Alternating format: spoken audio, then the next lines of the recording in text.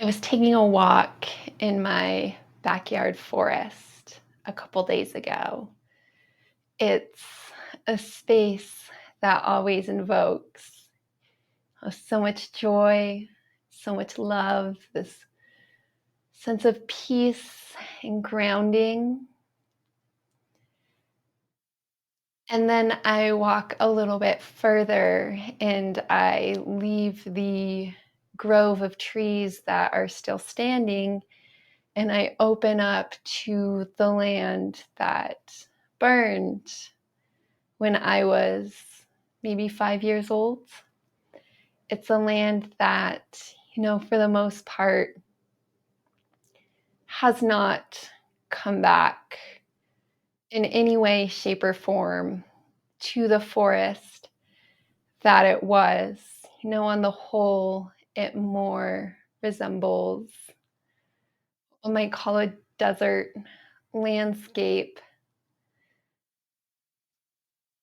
And it's a space that I walk routinely as I step foot in lush forested areas, followed by strong, strong reminders of the impact that us humans have had on the land.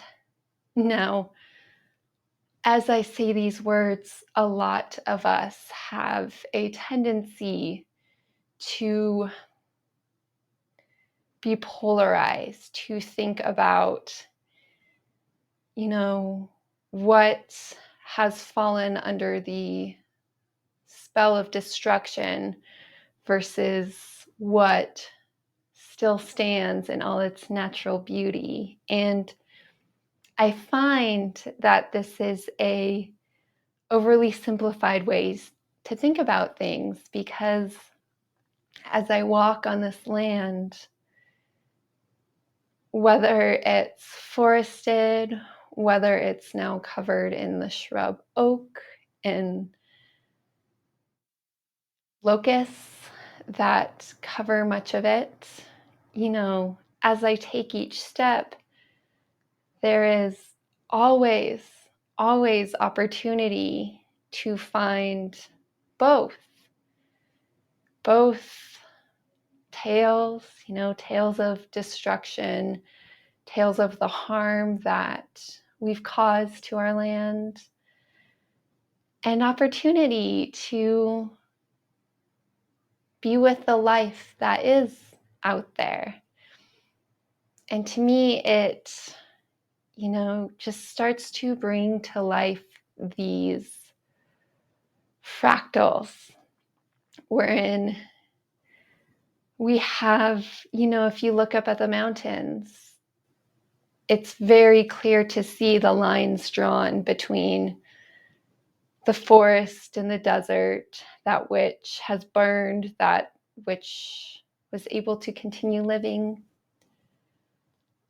But within each space, once again, as I was saying, whatever space we find ourselves in, there's this opportunity to be with life in whatever form it is in, and to be able to hold that in our hearts, in our being, to let it fill us up,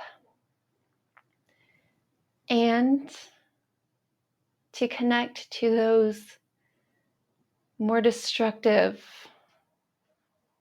happenings that exist in, again, whatever space. And, as we start to talk about these things, it starts to get complicated. Oftentimes, the human mind struggles with holding more than what is black or white or polarized or otherwise cut down the middle and separated into two groups. Is it alive or is it dead? Is it burned or is it overflowing with life? And I find that this inability to see life without this polarization really seeps into every aspect of our lives and starts to create problems. As I'm talking, there may be some problems that come to mind. I'm not going to go into that today, but instead, bringing this back to more of an experiential practice, I'll bring forth an invitation to be with anything that may be invoking in you. And as you do, expanding on this practice,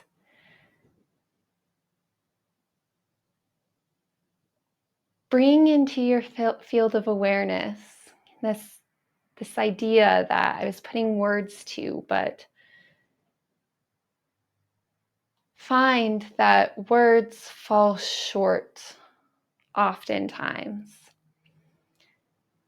that our minds fall short oftentimes because we find ourselves incapable of logicking our way through it. So it's again the invitation to let it land. Let it land deeper in your being.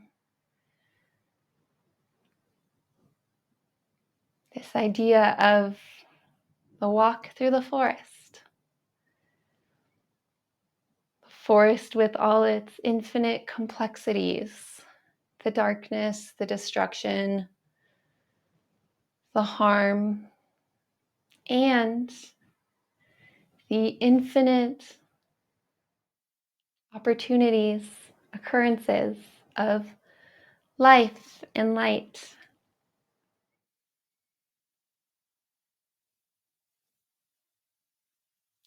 If you haven't yet stopped what you're doing to truly drop out of your head, to truly stop analyzing, to stop letting the words dictate what's happening. Just another invitation here, some encouragement to step into a practice space. Let the wisdom of the greater being that you are, which goes far beyond your human mind, as powerful as that is, there's a certain power that exists, a certain intelligence that goes beyond it. And when we tap into it, enables us to start to understand the deeper workings of the world, to start to deeper understand the infinite complexities that are always at play in any situation. Whether that situation is a walk through the forest or a conversation with someone that you don't see eye to eye with,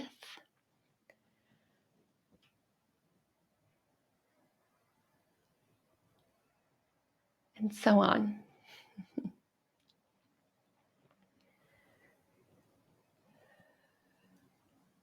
So leaving you here today with this invitation. If you'd like to go back and listen to the words I invoked from the forest at the beginning of this video, knowing a little bit more about where this direction, where this conversation was headed, I encourage you to do that. As always, I strongly encourage an actual walk through the forest or the desert or whatever landscape makes up the earth around you. Yeah, I'm going to leave us there today.